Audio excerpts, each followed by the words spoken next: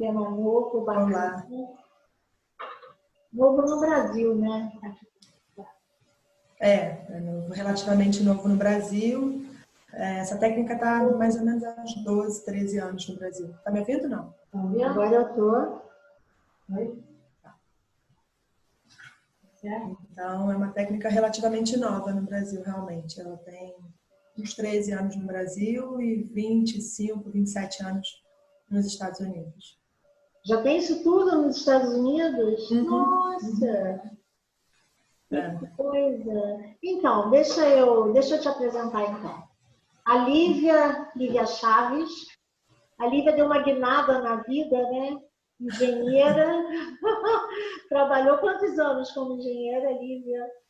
14 anos. 14 No mundo corporativo, né? Entre engenheira, assistente de engenharia, estagiária, foram 14 anos no total.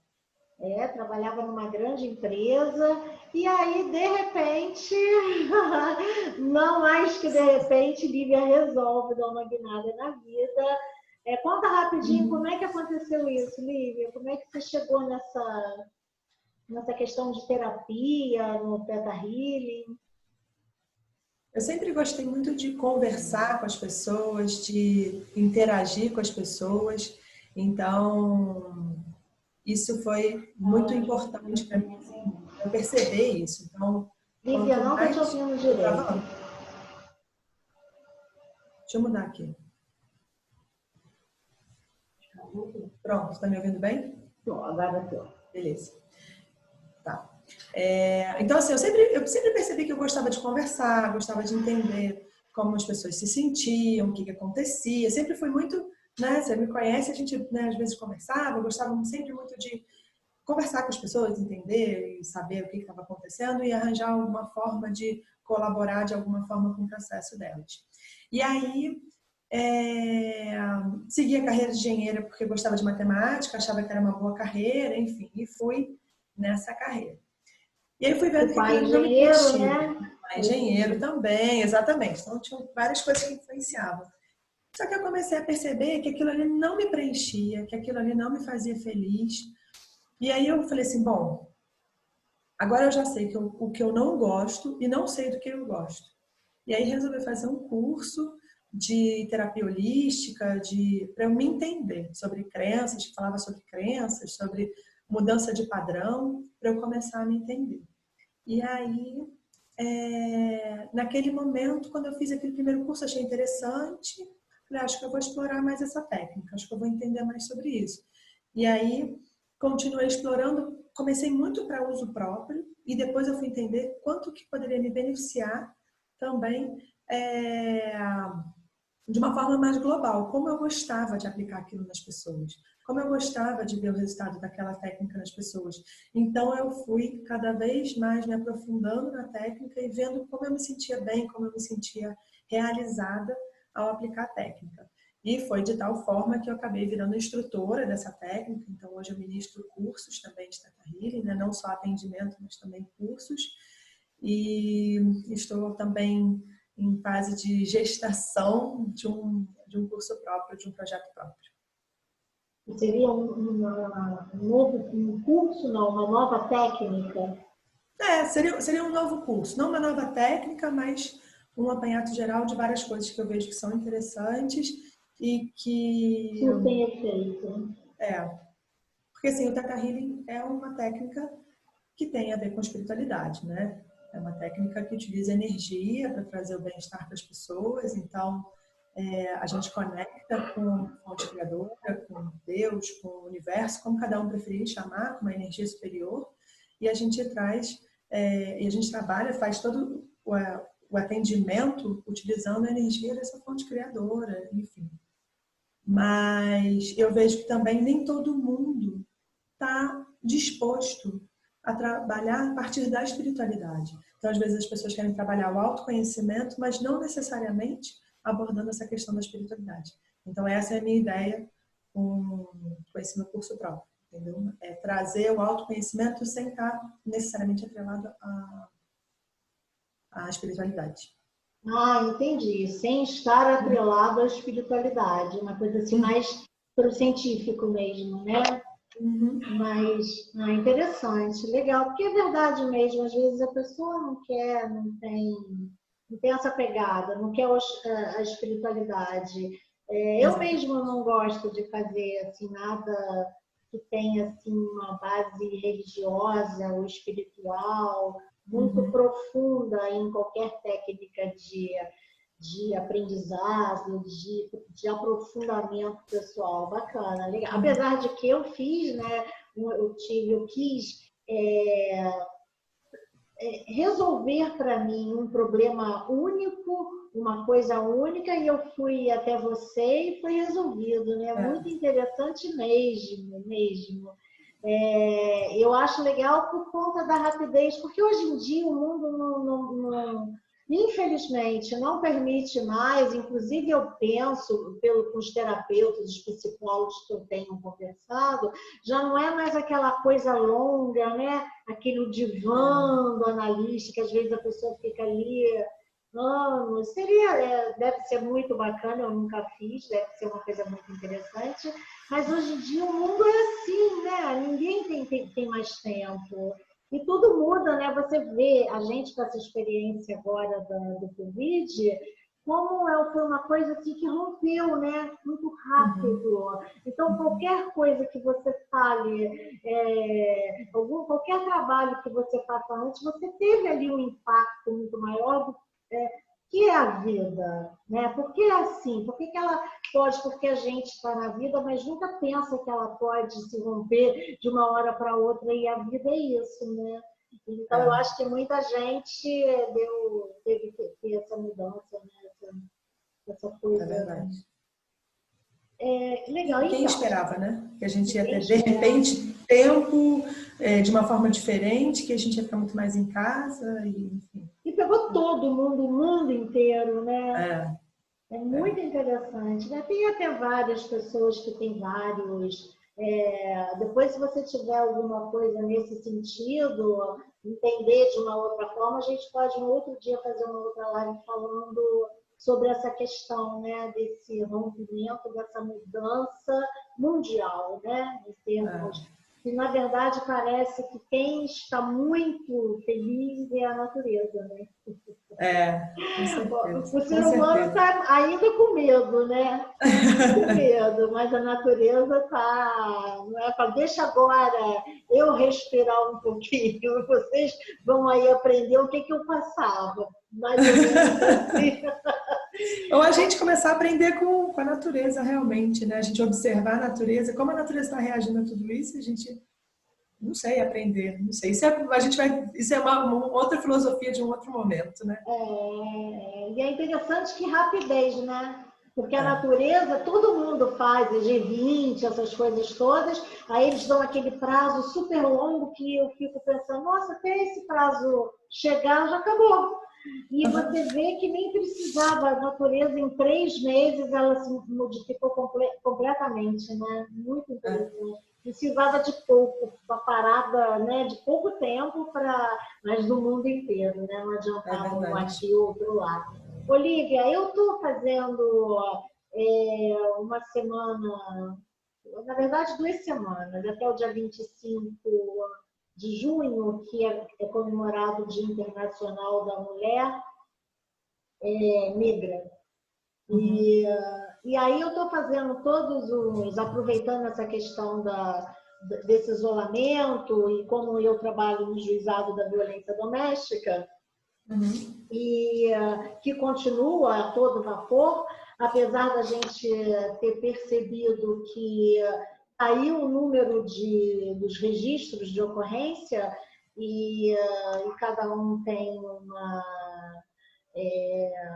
cada um fala uma coisa, caiu por isso, caiu por aquilo, mas a gente sabe que caiu mesmo porque as mulheres não estão tendo como fazerem a ocorrência, né? Fazer a denúncia, entre aspas, né? O denúncia é um nome assim, um termo jurídico, mas é usado, né, pelos leigos como aquele que vai denunciar alguma coisa, contar alguma coisa na polícia, né?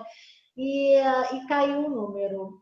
A gente, então, tem esse medo porque achar que as mulheres não estão sabendo que as instituições estão funcionando, que não a todo vapor, mas estão, ou que os homens não estão permitindo, elas estão se sentindo presas, né, com essa questão do homem estar em casa, vai sair o quê para quê, né?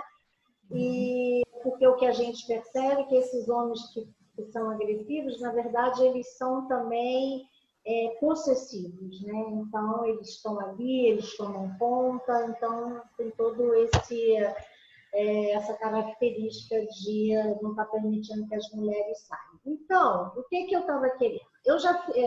A gente falou sobre a Lei Maria da Penha, a gente na live, a gente falou sobre a violência doméstica com as mulheres negras, falamos sobre a constelação familiar, na violência doméstica e na família, com os casais. Então, hoje eu gostaria que a gente abordasse o tema, o que essa terapia Theta Healing, o que ela pode ajudar nessa questão, nesse conflito familiar, nessa questão do relacionamento, dos casais, não mais mulher e o homem, né, dos casais, que podem ser de várias formas hoje. E o que você poderia mostrar para a gente? Onde essa terapia poderia ajudar? Eu vou contextualizar um pouco melhor o que é o Theta Healing, que eu falei de forma muito breve no início, para a gente poder ficar um pouco mais claro, né? Então, como eu falei, é uma técnica que utiliza energia para trazer o bem-estar para a gente. De que forma? Uma vez que a gente conecta com a fonte criadora, com Deus, com a energia superior, seja a forma como cada um preferir chamar, quando a gente faz essa conexão, a gente também, durante a meditação, a gente acessa o subconsciente de forma consciente. Qual é a vantagem da gente acessar o subconsciente de forma consciente? É que a gente começa a achar e encontrar traumas, crenças, verdades, mitos que estão ali armazenados dentro do nosso subconsciente. Então, uma vez que a gente encontra o que está ali armazenado, que está ali guardado, que às vezes a gente nem sabe, que às vezes a gente não tem consciência de que está guardado aquela questão, aquela informação, né, na nossa mente, uma vez que a gente encontra aquilo, a gente consegue ressignificar. Ou seja, se a gente tem um trauma e aquele trauma ele gera uma dor, a gente consegue ressignificar para aquele trauma não ser mais um ponto de dor. A gente não apaga a memória, né? A memória ela vai continuar ali. Agora, aquela questão ela para de ser um ponto de dor. Então a gente trabalha para amenizar um trauma, por exemplo. Ela fica como se fosse uma cicatriz e para de ter latejar quando ela está machucando, né? Exatamente. Sabe que existiu, está ali aquela cicatriz, né? Mas não lateja mais, não está mais inflamada, né? Isso, não é uma ferida aberta, né? É uma questão que você consegue lidar, você consegue lembrar sem dor. Então a gente trabalha para isso. Também quando a gente tem uma crença, né, o que a gente foi ensinado ou o que aconteceu com a gente durante a infância, por exemplo, e a gente pegou aquilo ali como verdade, o que a gente faz? A gente também ressignifica aquilo ali. A gente transforma aquela crença numa crença construtiva. A gente substitui aquela crença, né, aquele mito, aquela verdade limitante por uma verdade, por uma crença construtiva. Então, quando a gente está falando disso, às vezes a gente tem, por exemplo, na infância, vamos dizer que a gente foi de alguma forma agredido, né? A nossa mãe, nosso pai, alguém, por exemplo, deu um tapa na gente e falou: eu estou fazendo isso porque eu te amo. E, de alguma forma, pode ser que sim, pode ser que não, isso depende de cada um, isso é muito importante a gente saber que é particular, né? O sistema de crença é particular, então a gente tem que entender que cada um tem o seu, mas a pessoa pode ter entendido, por exemplo, que o amor dói. Só um minutinho para eu entender. Isso você quer dizer que, vamos supor, nós temos irmãos. Um capta de uma forma, dá um significado por uma mesma atitude, postura de pai e mãe, diferente do outro irmão, é isso? Isso. Cada um isso. ressignifica de acordo com ele próprio, né? Ressignifica e age, né? Cada um da sua forma. Então, um pode acreditar que o amor dói, por exemplo, e vai continuar naquele ciclo. Sempre ele vai receber a dor. Quando ele recebe a dor, ele fala, estou sendo amado. Quando eu estou sendo machucado, eu estou sendo amado. Eu estou recebendo amor. Ou então a pessoa vai fazer o seguinte, eu não quero um relacionamento, porque o amor dói. Então eu vou me proteger. O meu eu sobrevivente vai falar, eu não quero aquela relação. E aí você vai falar, ué, mas por que aquela pessoa não quer uma relação com ninguém? A pessoa é boa. Não, eu não quero, porque ela tem tanto medo, porque ela tem aquela crença que o amor dói. Então, é isso que eu estou falando. Um pode continuar esse ciclo, entrando nesse ciclo e continuando atraindo parceiros que vão ser agressivos, por exemplo, e o outro vai falar, não quero me relacionar com ninguém, porque o amor dói. Ou porque os homens machucam, ou porque os homens agridem. E aí, essa questão, por exemplo, do homem, se a pessoa acreditou, por exemplo, que o homem machuca, que o homem agride, isso pode refletir, inclusive, no trabalho. Porque ela não desenvolve alguma coisa, ela tem um gerente, mas ela tem medo. Isso pode, né, influenciar em diversos âmbitos. Então, sim, igual você perguntou, os irmãos, eles têm diferentes, mesmo gêmeos, né, que são geneticamente idênticos, enfim, provavelmente cresceram juntos a partir da mesma questão, viram situações na mesma idade, porém, eles percebem, eles captam diferentemente as crenças. Então, por algum motivo ou algum aprendizado que a gente veio fazer aqui, que a gente, né, que vai além do nosso entendimento, ou por alguma outra questão que acontece dentro da gente que a gente ainda não tem assim total clareza por que um reage de uma forma e o outro de outra. Mas é importante a gente sempre saber que é muito particular o sistema de crenças. Quando a gente percebe assim, tipo, não é porque duas pessoas passam pela mesma situação que elas têm a mesma crença raiz, porque elas têm a mesma verdade dentro da mente delas. Uma pode ser que ela tenha sido agredida quando ela era criança. A outra pode ser que ela tenha visto alguém ser agredido quando criança, enfim. Então, assim, ou então para outro motivo. Né? Então, assim, é muito importante a gente não generalizar e não falar, que você tem isso por causa daquilo. Não, é importante a gente entender cada caso.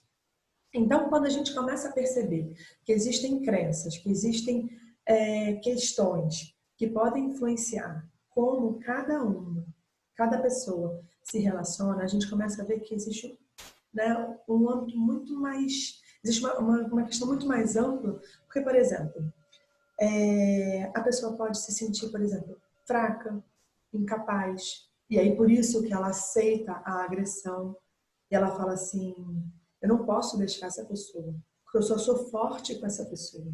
Eu me sinto apoiada a partir dessa pessoa. Apesar de eu estar sendo agredida, essa pessoa me dá apoio. Então é importante a gente sempre perceber o benefício que pode estar associado a cada coisa que acontece. Cada crença que a gente tem, ela é atrelada a um benefício. Cada atitude que a gente tem, cada ciclo repetitivo, ele traz um benefício. E esse benefício ele pode ser... Pode falar. Só para não perder. Então, você considera, eu posso chegar e pensar assim, diante do que você falou. Tem mulheres, a gente percebe que elas foram agredidas muitas vezes. Só lá na 8ª agressão elas resolveram ir lá acessar o benefício judiciário, né? De conseguir uma medida protetiva para se afastar daquele homem, né? E às vezes é até necessário que elas vão pedir para alguém, para o judiciário, elas vão judicializar as questões dela, porque talvez seja isso, não tenha coragem, né? Então ali ela pega uma força, né? Uma autoridade, um juiz, ela vai até ali para que aquilo ali possa respaldar essa lacuna, essa falta da coragem, não é isso? Pode ser isso? Eu acredito que quando a pessoa chega já num estágio de ter coragem de denunciar, ela já tem mais segurança, ela já se sente mais segura, né, de alguma forma. E sim, ela está confiando já no Poder Judiciário. Mas ela já teve a coragem de ir. Ela já deu o passo, ela já está confiando no Poder Judiciário de alguma forma, ela já sabe que é o seguinte, tem alguém que vai me apoiar. Tem alguma coisa que vai me apoiar. Porque às vezes nem a família apoia, né? Às vezes as pessoas falam, não, mas você vai fazer isso, mas essa pessoa é tão boa. Não, mas Como é que você vai fazer? Foi só uma vez, besteira. Ou então o Os contrário também. filhos. Os filhos falam, né? Tipo, será que meus filhos vão me aceitar depois de eu denunciar o pai? Ou será que eu vou conseguir? Como é que eu vou pensar que eu botei o pai dos meus filhos na cadeia? Ou que eu, né, entrei com um processo contra o pai dos meus filhos? Então, existem diversas crenças, diversas questões que estão ali, né? E sempre a gente entender qual é o benefício que está tendo naquela relação.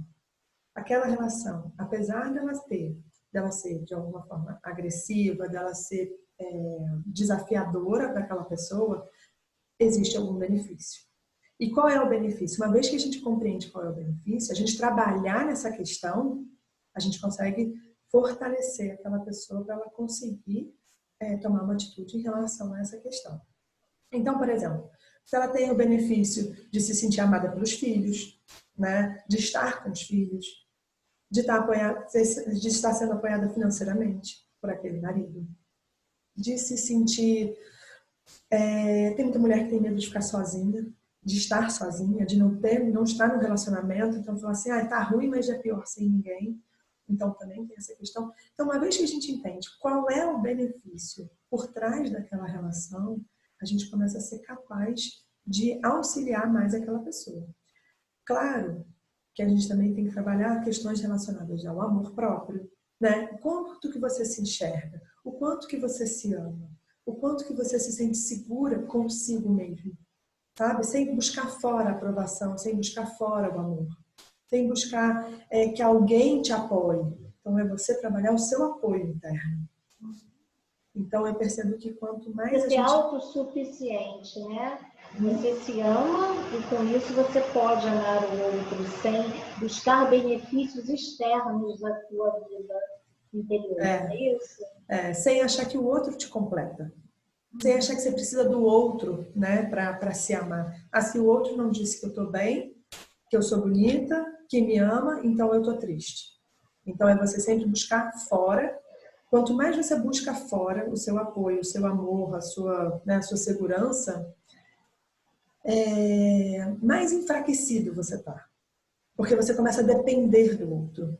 Você depende do... Por isso que as pessoas falam assim, como é que é a dependência emocional? Porque você depositou no outro, você falou que você só é feliz por causa do outro.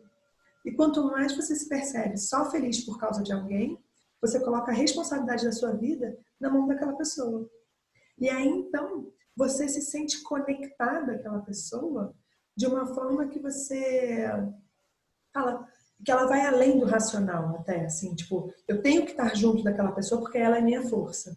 Então, quanto mais a gente trabalha as questões internas de segurança, de amor próprio, de percepção de valor, que é o que a gente pode fazer também com a técnica do Theta Healing, mais a pessoa se sente fortalecida e menos dependente do outro. E mais fácil ela consegue também fluir nessa questão da denúncia, enfim.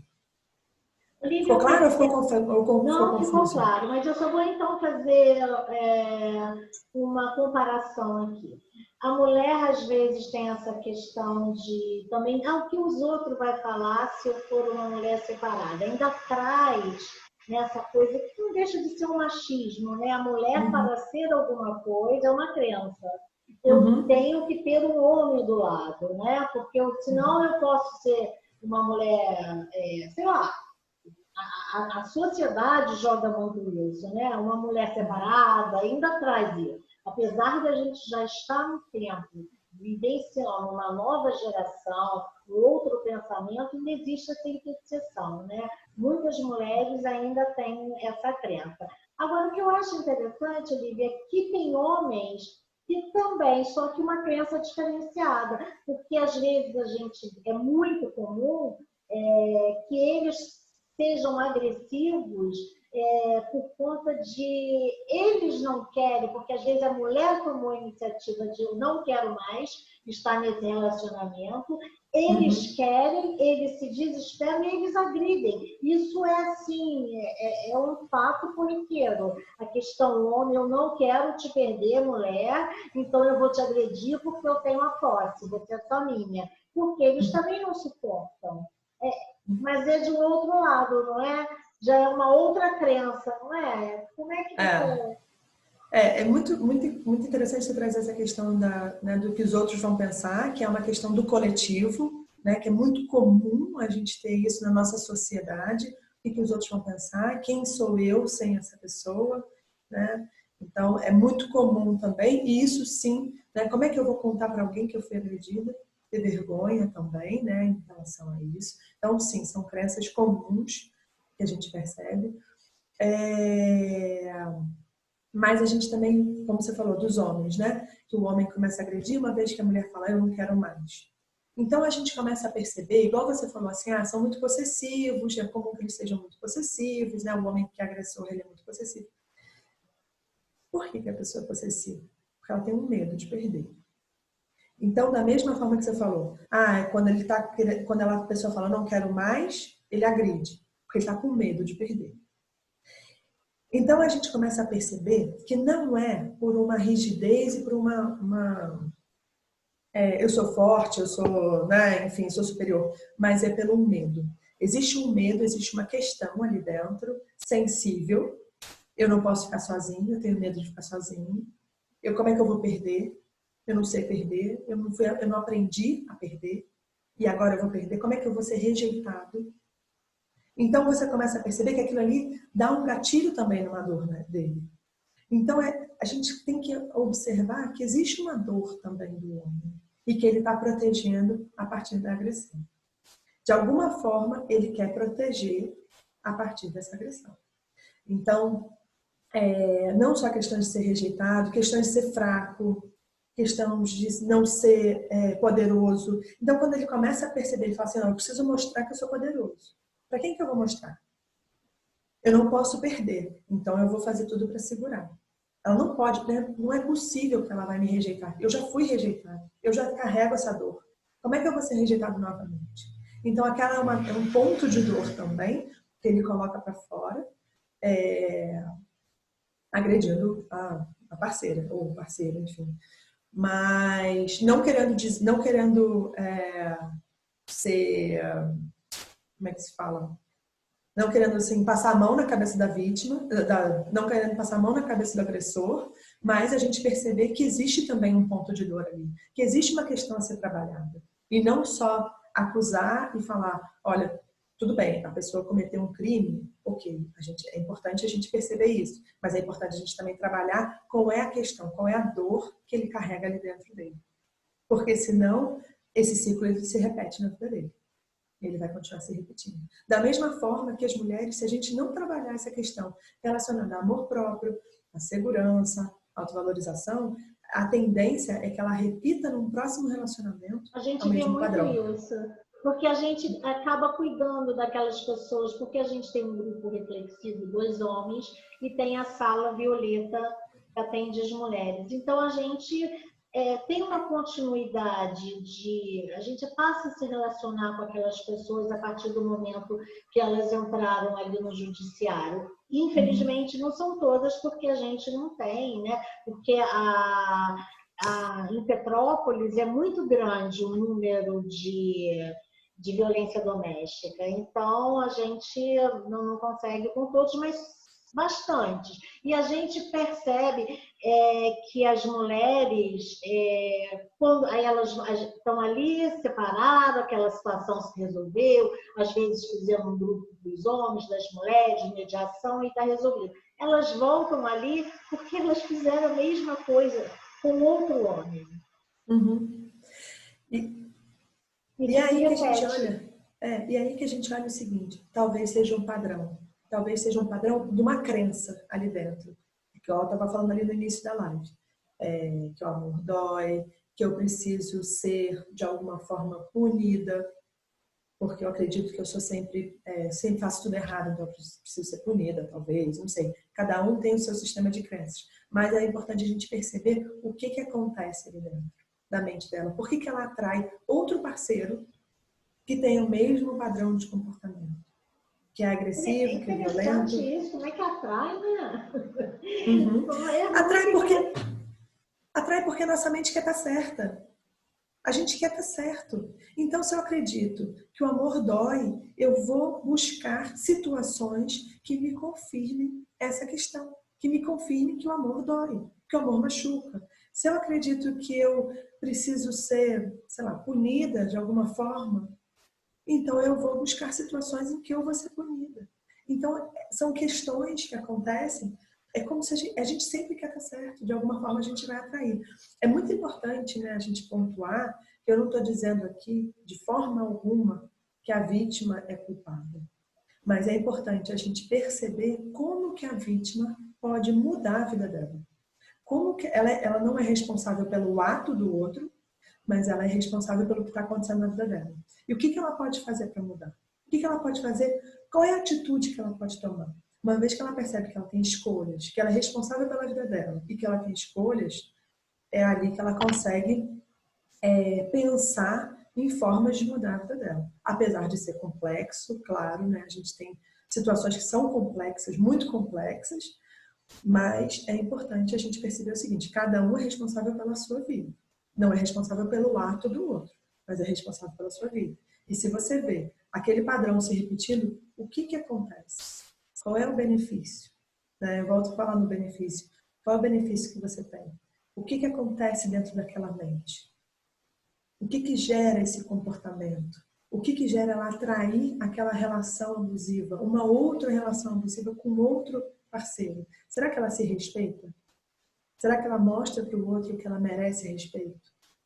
Então, é observar bem essa questão da crença, de entender, de se perceber, de se olhar e se fortalecer cada vez mais. Porque senão a gente fica sempre esperando que o Estado resolva a questão, que o marido mude, que o vizinho denuncie. Então, se você não perceber que você tem a responsabilidade em relação à sua vida, você vai sempre terceirizar também que alguém vai resolver a sua vida. Então, é importante a gente perceber essa questão da responsabilidade também. A vida é cada um com você mesmo, né?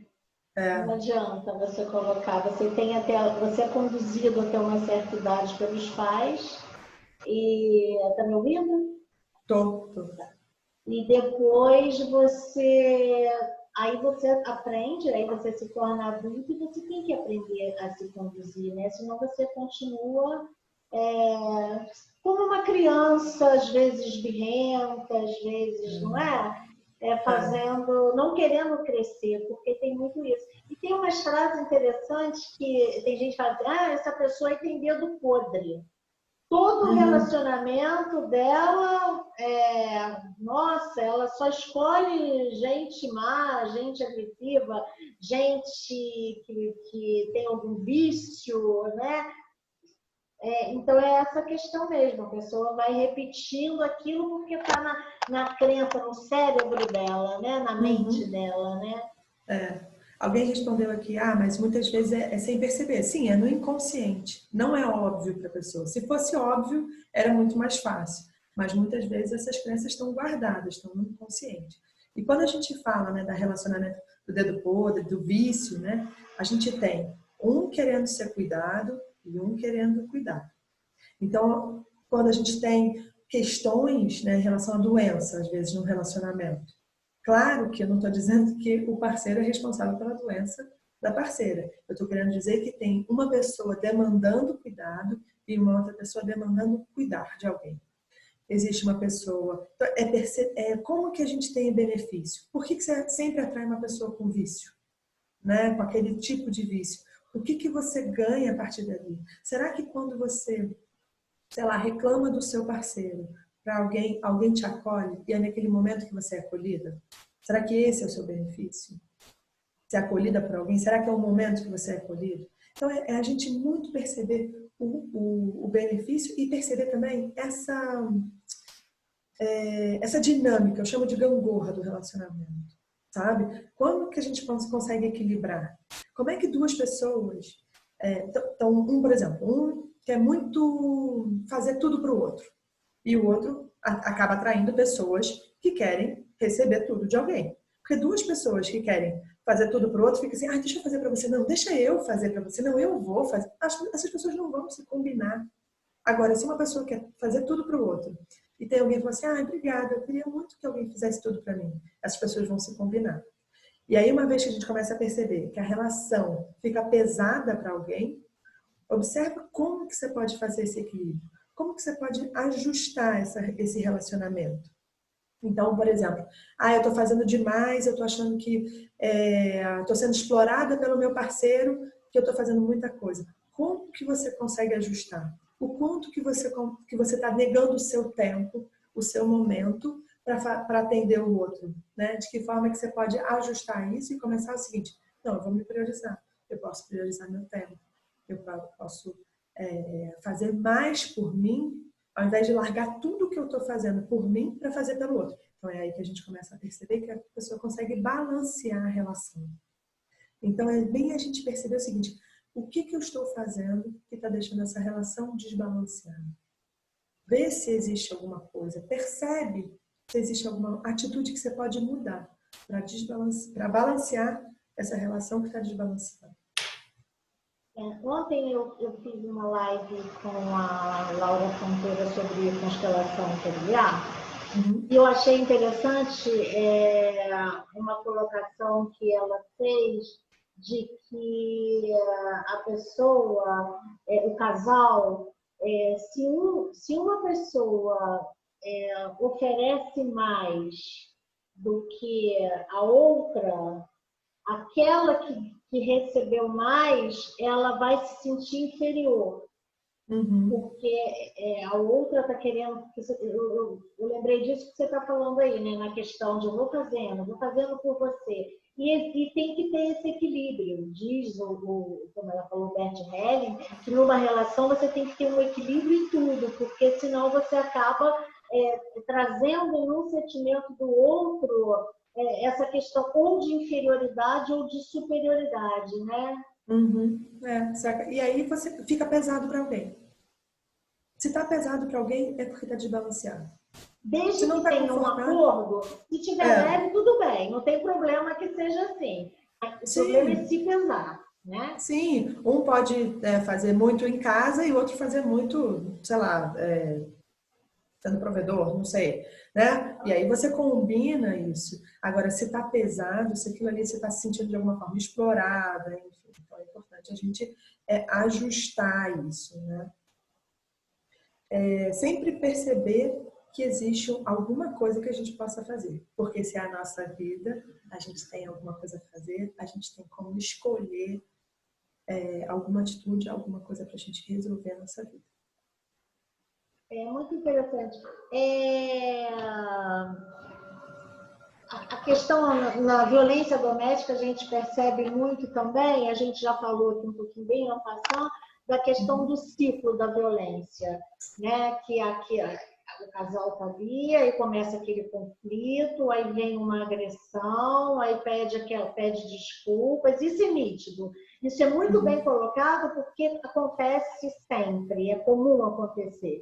Aí depois entra naquele, aí a mulher perdoa, ou o homem, existe um perdão, né? O parceiro, né? Um perdoa e vai, aí daqui a pouco eles ficam naquela lua de mel e aquilo se repete. É muito essa questão mesmo, né? Da pessoa tentar ver o inconsciente, ler a sua mente, saber se colocar para ela sair dessa roda, né? E o quanto que você está achando isso normal? E o quanto você está achando que está tudo bem? Né? O quanto que você não está se respeitando, aceitando isso. Então, é observar isso. E eu estava conversando com algumas pessoas sobre esse assunto, né, antes da gente fazer a live. Uma das pessoas falou assim, uma crença muito comum, né, uma questão muito comum é as pessoas acreditarem que o amor transforma tudo. Não, porque agora a gente ama e o amor transforma tudo. Então é importante a gente perceber o seguinte: realmente o amor tem um poder, né? A energia do amor é uma energia poderosíssima, maravilhosa, só que não esse amor de apego, não esse amor de dependência, não esse amor que machuca, não esse amor que dói. Essa não é a essência do amor. Né? Não é amor. Essa não é a essência do amor, que às vezes as pessoas confundem. As pessoas, porque elas não tiveram a percepção de um amor real, então elas acham que o amor é apego, que o amor é aquela crise de ciúme, aquilo ali é demonstrar amor, que, enfim, que são outras questões, né? Então, é bem importante a gente perceber o seguinte, o quanto que será que a gente está terceirizando, sabe? Bem terceirizando, assim, tipo, alguém vai resolver, o amor vai resolver, ele mudou. Será que ele mudou? Se eu mudar as minhas crenças, se eu mudo como eu me comporto, eu acredito que existe, sim, a possibilidade de uma mudança na relação. Agora, só esperar que o outro mude, eu não acredito. Eu acho que é importante ser uma ação coordenada do casal. Não acredito que possa ser só um individual. Porque uma vez que a gente percebe que a pessoa se separa e continua naquele padrão no próximo parceiro, a gente percebe que existe alguma coisa que precisa ser trabalhada dentro dela. E da mesma forma que a gente vê, né, que só a gente trabalhando só o parceiro, aquela questão ela pode não querer mais aquele parceiro que não agride mais. Então, sim, pode acontecer, de não entendeu? querer, se ele deixou, se ele melhorou, quer dizer, melhorou nesse sentido, né? Se ele tirou essa agressividade, que é uma questão negativa, ela pode não gostar, interessante, né? Ela pode não querer mais. Ela pode olhar e falar assim, não, ele não me domina mais, ele não me pune mais, o amor não dói mais. Então, ela pode não querer mais e trocar de parceiro por causa disso. E aí repetir o padrão no outro parceiro. Então, é uma questão muito delicada, né, da gente abordar. Né? Eu até conversei bastante com você sobre isso antes, da delicadeza disso, da gente perceber o seguinte, o que eu posso fazer para mudar a minha vida? Sem me sentir a culpada. Mas sim perceber que se é a minha vida, eu tenho a responsabilidade de fazer alguma coisa. Então, como eu posso melhorar a forma como eu estou vivendo? Se isso não me agrada, de que forma que eu posso viver de uma forma agradável para mim? Como pode ser agradável para mim? Então, a gente percebe o seguinte, quanto mais eu percebo a minha parcela de responsabilidade na minha vida, não na ação do outro, mais fácil fica eu perceber as escolhas e as possibilidades. Toda vez que a gente fala assim, não tenho escolha, é um bloqueio da nossa mente. Porque a gente sempre tem escolha. Né? Quando a gente fala, eu tenho que fazer isso, e a gente troca o tenho que por eu escolho, a gente começa a perceber que existem diversas possibilidades. Então, por que as pessoas estão escolhendo continuar nesse ciclo? Qual é o benefício do ciclo? É importante a gente saber qual é o benefício de ter esse ciclo. Será que é porque depois, quando vira a lua de mel, que você falou, né? Tipo, da agressão, depois vem a lua de mel. Será que é nesse momento da lua de mel que ela se sente amada de verdade? Que ela se sente desejada? Será que é nesse momento que ela se sente acolhida? Que ela resgata aquele parceiro que ela amou lá no primeiro encontro? Qual é o benefício desse ciclo? De repetir isso tudo. Então é importante a gente perceber sempre o benefício. Por mais que ele possa de cara falar assim, não existe benefício. Não é possível que exista benefício. É importante a gente ver, abrir a mente para enxergar que existem benefícios. Às vezes não só um, diversos benefícios em relação a essas questões. Fez sentido? Fez sentido. Agora me tira uma curiosidade. Quando a pessoa está apaixonada, ela é diferente de quando ela já está numa relação? É mais difícil dela. Vamos supor, ela vai ela é ansiosa, vai buscar terapia, mas ela está naquela coisa de paixão, ela está em outra sintonia com ela mesma, aí seria mais difícil a busca da terapia? Ela buscar a terapia ou uma vez que ela está ali sentada na minha frente? Não, é uma vez que ela está ali sentada, ela é outra pessoa, porque as pessoas, a gente lá ouve muito essa questão, né? Eu estava muito apaixonada, e a gente tem, eu já até li na literatura da psicologia, essa questão da paixão ter um tempo, dura de 2 a 3 anos, depois ela se transforma. Existe isso mesmo? O Theta Healing não aborda muito essa questão da paixão em si, né? Da diferença entre a paixão e o amor romântico de um casal. Mas, respondendo a sua pergunta em relação ao atendimento, a gente não vê... O que eu percebo, na verdade, é o seguinte: o quanto que a pessoa está aberta para receber aquele atendimento, independente do estágio que ela está, né? O quanto que ela está aberta para receber. E esse não é uma questão consciente. A pessoa às vezes chega e fala assim, não, estou super aberta para o atendimento. Mas de alguma forma, se você chega e toca numa questão ali, às vezes a pessoa, o sistema de defesa dela começa a te fazer volta. Né? Ontem eu estava num atendimento até com uma amiga minha, eu falei com ela assim, você está me enrolando, né? Ela também trabalha com Theta Healing, né? E a gente estava trocando um atendimento, eu falei assim, você está me enrolando, você está fugindo da questão. Né? A pessoa começa a fugir da questão. Às vezes só por uma questão dela não estar aberta, não está com um certo apego àquela crença de uma forma tão grande que aquilo ali pode dificultar. Mas não em relação a ela estar apaixonada ou não. É o quanto que ela se deixa ser levada para o subconsciente e analisar as questões e olhar aquilo ali, da onde que vem, quando começou e qual é o benefício daquela questão. Olivia, agora voltando na questão do Theta Healing em si, a pessoa que criou o Theta Healing, como ela chama? Baiana Stable. Foi por uma questão de doença, não foi? Foi.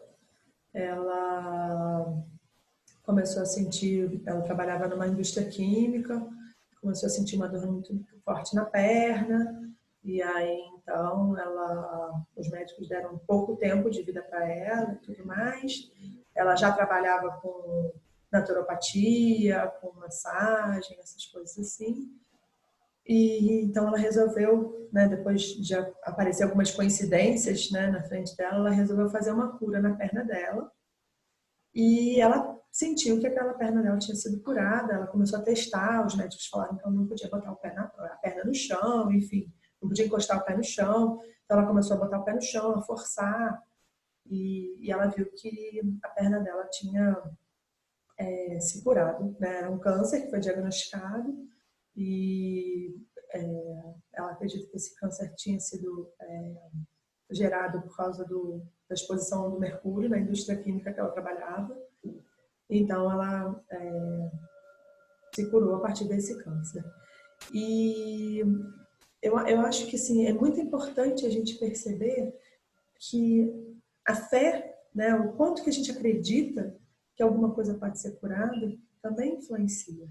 Né? Se a gente acha que não vai ser curado, que não vai dar certo, que não vai conseguir, aquilo ali também influencia na gente. Né? Então, eu acho que é bem a gente olhar de uma forma bem ampla também essa questão. Quando você fala que o Theta Healing tem uma questão muito espiritual, é o que? Religiosa, espiritual? Ela não. Não, o Theta Healing não tem nenhuma conexão com nenhuma religião, não vai contra nenhuma religião, né? Nem a favor, não toca nenhuma religião. Quando a gente fala da espiritualidade, é essa conexão com a energia maior, uma energia de Deus, uma energia do universo, uma inteligência suprema, vácuo quântico, como cada um preferir chamar. Mas é essa percepção, é essa conexão com uma energia. É isso que define uma técnica, essa técnica ser ligada à espiritualidade. Mas não quer dizer que utiliza espíritos, não, ou que tem alguma coisa com religião, não, é só a força, uma força da fé, uma percepção de uma inteligência superior, de um divino, de um Deus, enfim.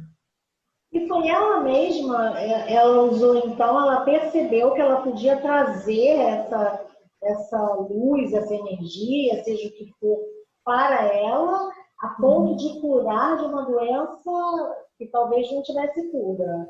E foi ela mesma que desenvolveu isso para essa terapia, para a gente poder usar em relacionamento, em traumas mentais. Foi também, ela viu que a partir dali ela podia fazer Ela começou a perceber que algumas pessoas se curavam instantaneamente e outras não.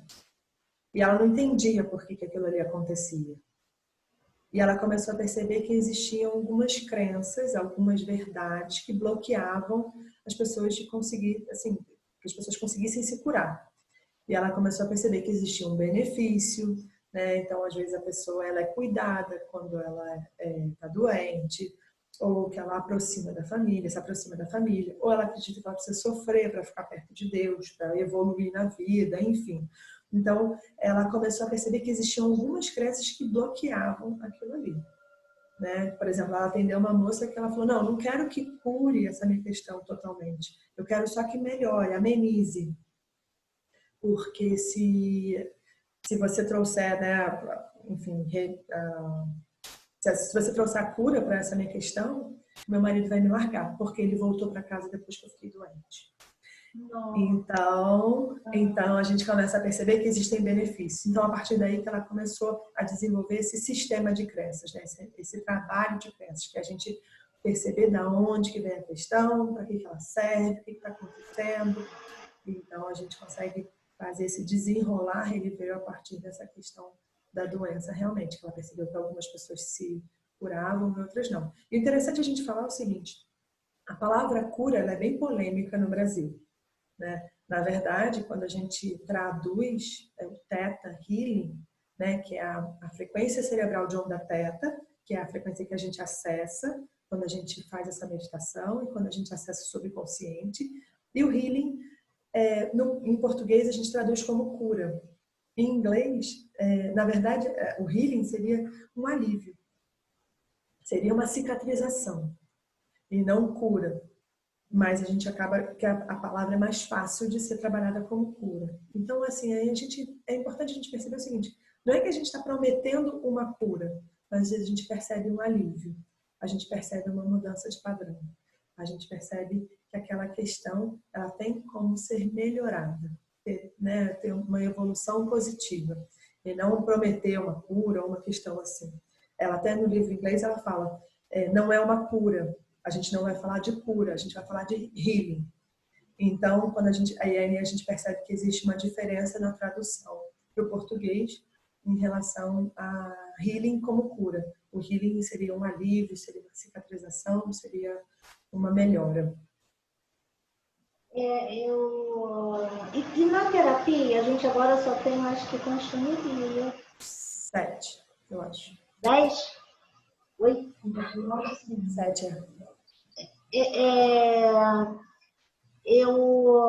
Como é que é? A pessoa vai até...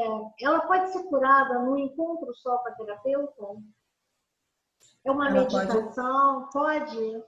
Ela pode ver um benefício, sim, a partir de um encontro só. É muito comum, quando a pessoa tem uma questão pontual, né, a gente já vê um benefício muito rápido a partir de uma sessão. Então, por exemplo, eu já atendi pessoas que não iam ao Rio de Janeiro porque estavam com síndrome do pânico e a partir de uma sessão conseguiram, né, entrar num carro, entrar num ônibus e ir até o Rio e fazer, né, e fazer uma viagem mais longa, porque conseguiu trabalhar essa questão do pânico. Dirigir, medo de dirigir. Então, assim, medo, geralmente um medo pontual, ele é bem mais simples de trabalhar, né? A partir de uma sessão, é muito comum a gente ver um resultado positivo. Mas depende de pessoa para pessoa, depende de quanto que a pessoa está aberta, né? O quanto que a pessoa se deixa conduzir também. E se a pessoa tem uma questão muito ampla, né? Eu sou ansiosa. É uma questão muito ampla. Então, aí geralmente são mais sessões. Mas quando é uma questão pontual, geralmente a gente consegue já um resultado bastante positivo na primeira sessão. Eu tenho muito medo de andar de elevador, mas não quero me curar porque o elevador não vai me obedecer. Eu medo de eu ficar presa lá dentro. Mas não é. O medo não é do elevador, né? Na verdade, o medo é o que vai acontecer comigo se eu ficar presa, né? Exatamente. Na verdade é isso. Eu vou morrer, eu vou ficar sem ar, quando abrir a porta eu já estou morta. essa questão, né? E aí a gente começa a perceber assim, e aí, o que de pior pode acontecer? A gente começa a caminhar essa questão. Quem é mãe, né, principalmente de criança muito pequena, começa a ter muito medo de morrer e deixar o filho desamparado, né, quando a criança é muito pequena. Então a gente consegue perceber também essa mudança de padrão após a maternidade. E a gente trabalhando essas questões, a gente começa a também aliviar essa dor dessas mães.